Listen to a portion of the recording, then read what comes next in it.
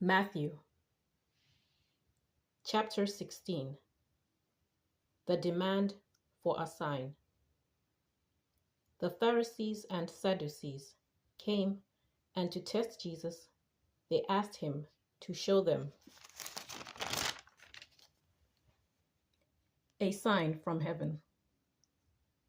He answered them, "When it is evening, you say, 'It will be fair weather, for the sky is red.'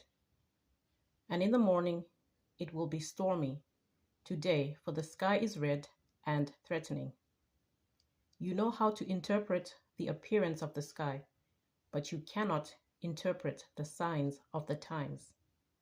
An evil and adulterous generation asks for a sign, but no sign will be given to it except the sign of Jonah."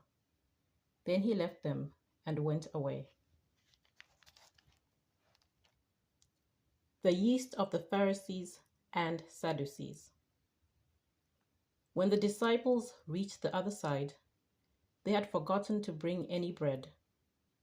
Jesus said to them, "Watch out and beware of the yeast of the Pharisees and Sadducees." They said to one another, "It is because we have brought no bread."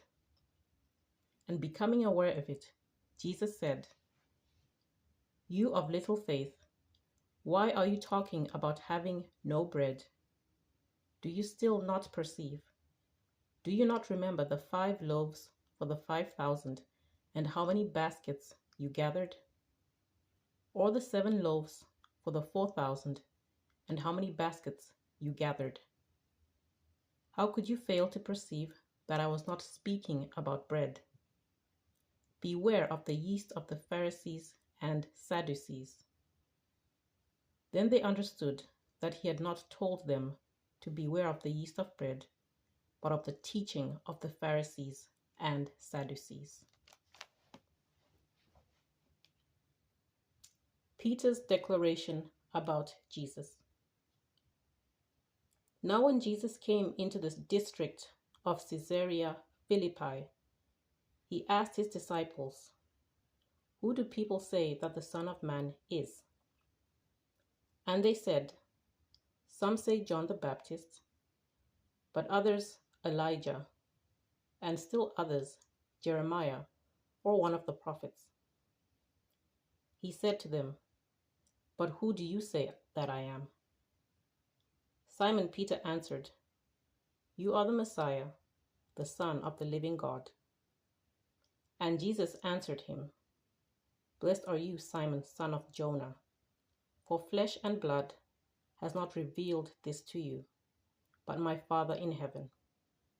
And I tell you, you are Peter, and on this rock I will build my church, and the gates of Hades will not prevail against it. I will give you the keys of the kingdom of heaven. And whatever you bind on earth will be bound in heaven, and whatever you loose on earth will be loosed in heaven." Then he sternly ordered the disciples not to tell anyone that he was the Messiah. Jesus foretells his death and resurrection. From that time on, Jesus began to show his disciples that he must go to Jerusalem and undergo great suffering at the hands of the elders and chief priests and scribes, and be killed, and on the 3rd day be raised. And Peter took him aside and began to rebuke him, saying, "God forbid it, Lord. This must never happen to you."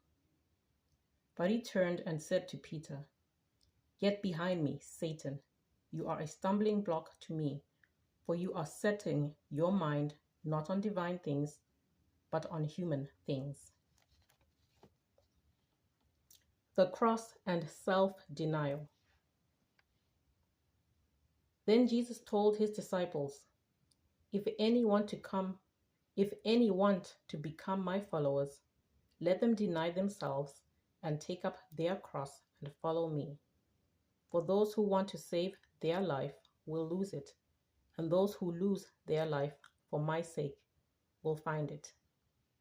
For what will it profit them if they gain the whole world, but forfeit their life? For what will they give in return for their life?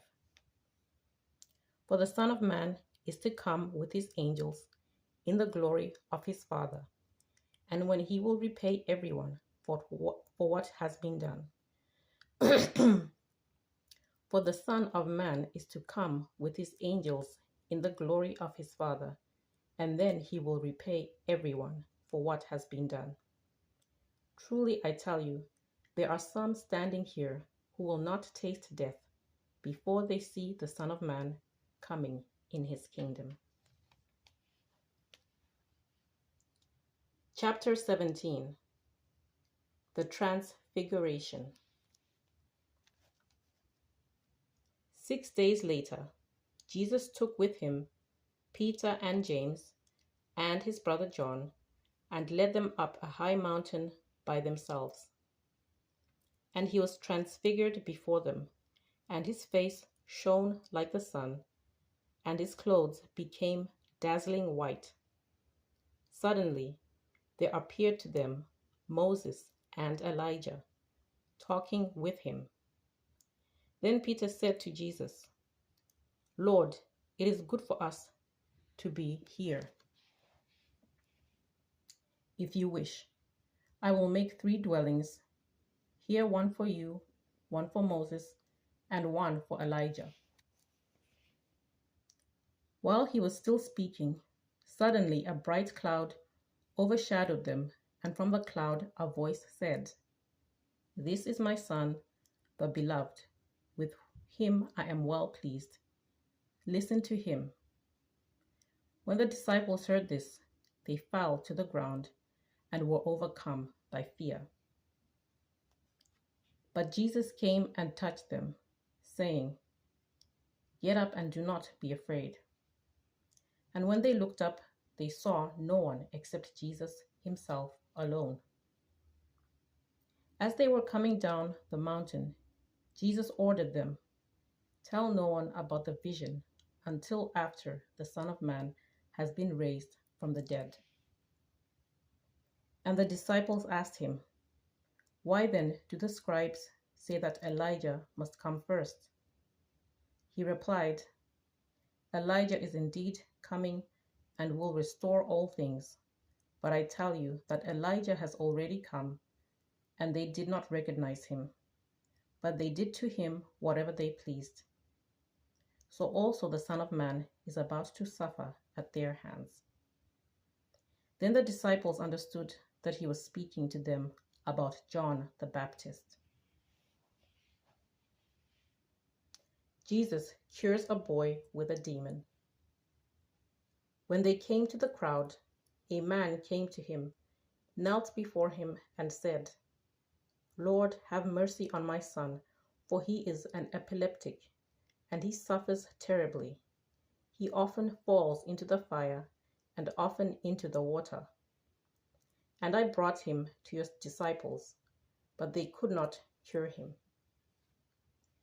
Jesus answered, "You faithless and perverse generation, how much longer must I be with you?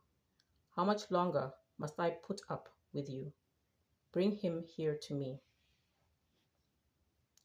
And Jesus rebuked the demon, and it came out of him, and the boy was cured instantly. Then the disciples came to Jesus privately and said, "Why could we not cast it out?" He said to them, "Because of your little faith. For truly I tell you, if you have faith the size of a mustard seed, you will say to this mountain, 'Move from here to there,' and it will move, and nothing will be impossible for you." Jesus again foretells his death and resurrection. As they were gathering in Galilee, Jesus said to them, "The Son of Man is going to be betrayed into human hands, and they will kill him, and on the 3rd day he will be raised." And they were greatly distressed. Jesus and the temple tax. When they reached Capernaum, the collectors of the temple tax came to Peter and said, "Does your teacher not pay the temple tax?" He said, "Yes, he does." And when he came home, Jesus spoke of it first, asking, "What do you think, Simon? From who do kings of the earth take toll or tribute? From their children or from others?" When Peter said, "From others," Jesus said to him, "Then the children are free.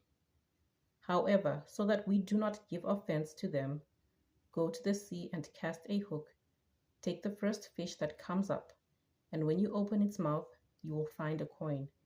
Take that and give it to them for you and me."